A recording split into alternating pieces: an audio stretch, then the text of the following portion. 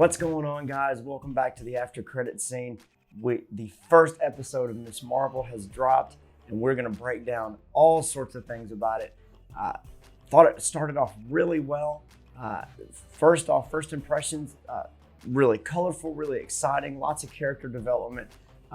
For a origin story, they moved really quickly. The episode had a really good feel to it, a really good pace. The characters they introduced were really awesome.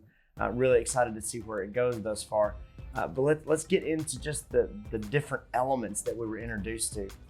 First off, Kamala Khan's whole world there. I came in to this show without doing a lot of research. I really didn't want to do too much to learn too much about the character. I kind of wanted to experience the show as a newcomer.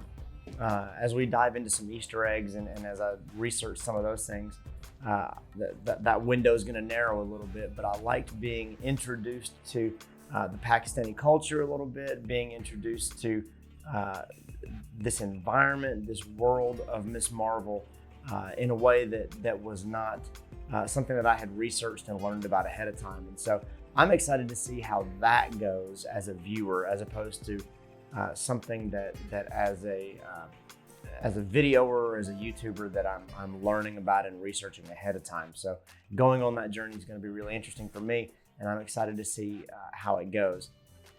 I'm always excited when Marvel takes unique steps, or when they take risks. Now, as far as the style, the quippiness of a Marvel show, it's not risky in that regard, but the style of the animation and the daydreaming and those kind of things was a nice change of pace, and it was fresh. And so I'm sure it'll alienate some people. They won't like it, but this show was really endearing right from the get-go. And so like I said, with all the different characters, just starting off with Kamala's family, her parents were very sweet, even though obviously there are things that we know about her struggles and things that we know about her forthcoming powers and stuff like that were not things that her parents knew. And so in that regard, some of their decisions seem very restrictive and those kind of things.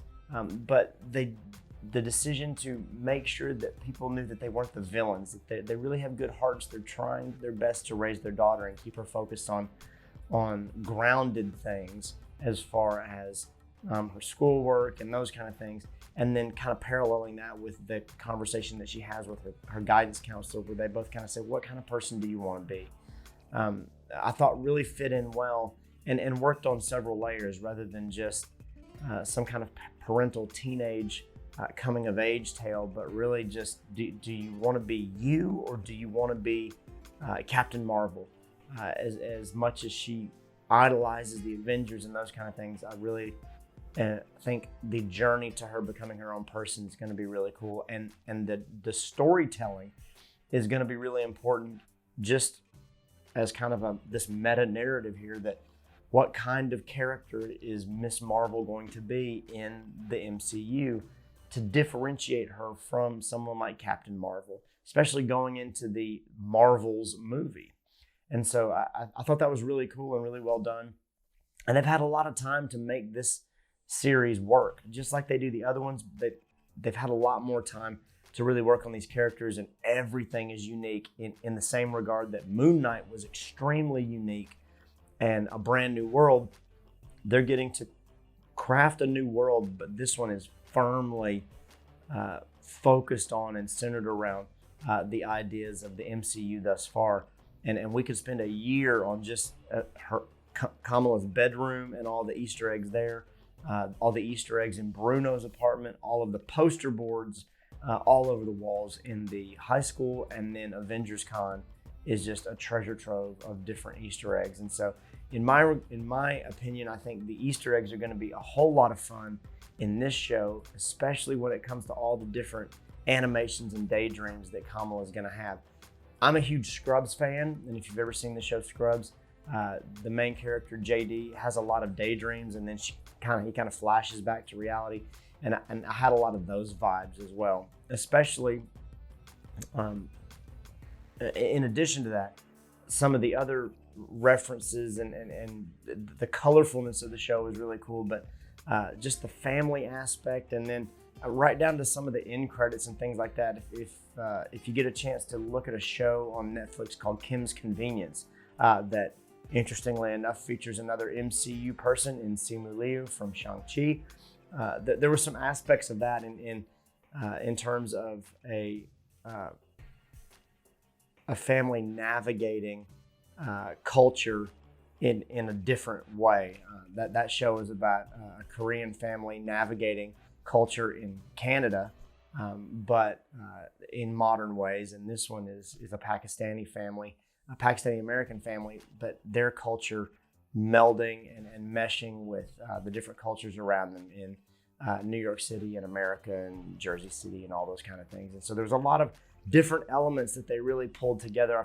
There was a lot of John Watts Spider-Man feel to this, especially the teenage type tropes and all those different things. That was really cool. Her sneaking out of the house had some definite Ferris Bueller vibes to it when it came to using the cameras and stuff like that. And so all kinds of really awesome things. I really loved Bruno as a friend, maybe even a love interest. I know they kind of teased that a little bit, but just all of the characters in this show were very adorable and very relatable, and I wanted to see more of them. And so I'm really excited to see where this series goes. Not really sure how I feel, obviously, about some of the girls, the girls that may end up being bullies in this episode or in this series, but that's typical type things. You're not supposed to like those characters in that regard, but just all of the different people surrounding Kamala and her having to navigate those things, and who's she going to tell about these powers and how are they going to work. With regard to that, take just a moment to talk about Miss Marvel's powers. I know that was a real source of controversy, that her powers were not exactly like they were in the comic book. Again, I'm the kind of fan and the kind of person that likes it when they take risks and likes it when they do some different things. And I think they're really going to stay true to the spirit of the character, but also connect it a little better to visually to some different elements within the MCU that's really going to help her be her own character, which I think is one thing that they're going with, is that we're trying to be really unique here and make her own person. When they get ready to introduce the Fantastic Four, you're going to have some fans that say, well, her powers look just like Mr. Fantastic's powers, and why do you need two of them in the MCU? At the same time, if she's going to be in the Marvels movie and she is a Marvel, giving her those connections there to the cosmic type things seems like a no-brainer. And I liked that they meshed those things. I will say, not only did they show you that with her cosmic powers reaching out and stretching to catch the girl that fell out of at the Avengers Con, but the glass-like look of those cosmic powers to me had a very what if glass portal watcher type feel to it.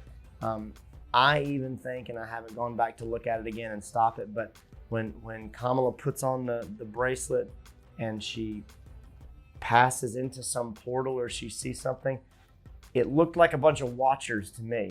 I'm not sure what you guys thought it was. Maybe I'm totally wrong, and we'll investigate that in some other videos, but that's what it felt like. That's what it looked like to me. I'm curious to see what you guys thought about it. I'm excited to see where they go with these characters. Excited to see how Kamala navigates all these different things and navigates this world that she's suddenly thrust into. And I love the use of the animations and the daydreams to move the story forward faster. It not only got past a lot of dialogue and some different things that needed to be said, but and filled the episode better, but being able to do it in a way that you were able to see it kind of in the background at some points, or just flashing really quickly, along with Kamala's voiceover, made for a very teenage feeling show. That things were just coming at you real fast, boom, boom, boom, boom, boom, and it was exciting in that regard. It was a lot of fun. It was just very endearing overall. I guess probably a really good word to describe it. Not just adorable, but endearing. I was connected to the characters and the story from the get-go, and it was exciting and fun, and not just in a way that felt memorable or felt safe in an MCU way. But I think this show has the potential not only to be really good, but to be something that has a really strong fan base and a really strong following. And to use that word again, will be very endearing to a lot of people. It's going to bring a lot of people in. So I'm always curious when these shows start who the fan base is going to be, and is it going to bring in new people, and who's going to really grab hold of it. So I'm curious to see what you guys thought about it. There's a whole lot of things we could talk about with regard to the story, but it was just a fun episode, and I'm excited to see where they go with this. One little note there, the after credit scene at the end, if the title of the page here did not give it away, I'm a sucker for after credit scenes. I think they're really cool and they're a lot of fun. And the teases and the extra information is always really cool, and those scenes always end up having a lot of meat to them. If you did not catch it and you didn't get it from the papers that were on the table in this after credit scene, the phone that they're watching the cell phone, captured cell phone video on, has a little DODC logo on it, which means these people that are looking at Kamala are from the Department of Damage Control, and we'll see how they play into this moving forward. So a lot of stuff to talk about. Interested to see what you guys think about it. Check out our Easter egg videos coming up in the next couple of days as well, because there's going to be a lot of meat in those. And then as the show progresses, we'll have prediction videos every week as well, where you can see what we think is going to happen, what I think is going to go on in the story, and then you can lend your theories and ideas to it as well. So other than that, can't wait to talk to you guys more about it. Can't wait to see more episodes. Check out some of our other content over here. We got a lot of stuff you can sink your teeth into. And as always, when the next one drops, we'll catch you right back here. Later, guys.